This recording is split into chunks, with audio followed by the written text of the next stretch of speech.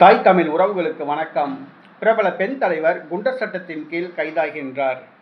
பிரபல பெண் தலைவர் குண்டர் சட்டத்தின் கீழ் கைதாகின்றார் என்ற தலைப்பில் இந்த காணொளியை காண்கிறோம். தமிழ்நாட்டில் சில லெட்டர்பேட் கட்சிகள், சில லெட்டர்பேட் அமைப்புகள் உருவாகி அரசியல் தலைவர்களிடம் பணம் பறிக்கும் நோக்கத்தில் செயல்பட்டு வருகின்றன. அதில் குறிப்பாக ஒரு முக்கிய கட்சி தமிழர் முன்னேற்றப் படை. இதன் தலைவர் வீரலட்சுமி. ஆனந்தி நாயுடு என்பவர் வீரலட்சுமி. ஆரம்பத்தில் மதிமுகவில் தனது அரசியல் வாழ்க்கையை தொடங்கினார்.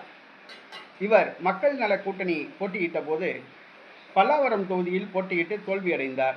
மதிமுகவில் இருந்தபோது போதிய வருமானம் கிடைக்காததால் தமிழர் முன்னேற்றப் படை என்ற ஒரு தனி அமைப்பை நிறுவி வருமானம் பார்த்து வருகிறார். சென்னையை சுற்றி பல இடங்களில் கட்ட பஞ்சாயத்துகள் பண்ணுவது, அடிதடி பண்ணுவது, அடுத்ததாக வீடுகள் கட்டுவோரிடம் இது தனது இடம் என்று கூறி மிரட்டி பணம் பறிப்பது போன்ற செயல்களில் ஈடுபட்டு வருகிறார்.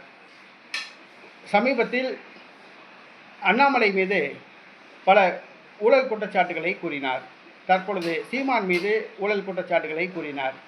இன்றைய தினம் சீமான் மனைவி மீது ஊழல் குற்றச்சாட்டை கூறப்போவதாக பரபரப்பை ஏற்படுத்தியுள்ளார். இவர் மீது கட்ட பஞ்சாயத்து, அடிதடி வழக்குகள் என்று பல வழக்குகள் உள்ளன. இவரை குண்டர் சட்டத்தின் கீழ் அடைக்க சொல்லி அரசியல் கட்சி பிரமுகர்கள் வலியுறுத்தி வருகின்றனர். இந்த சூழ்நிலையில் வீரலட்சுமி விரைவில் குண்டர் சட்டத்தின் கீழ் சிறையில் அடைக்கப்படுவார் என்ற தகவல்கள் தெரிவிக்கின்றன. பொதுவாக லெட்டர்பேட் அமைப்புகள் பணம் பறிக்கும் நோக்கத்தில் செயல்படும் லெட்டர்பேட் அரசியல் கட்சிகளை அரசியல் கட்சி தலைவர்கள் ஊக்குவிக்கக்கூடாது.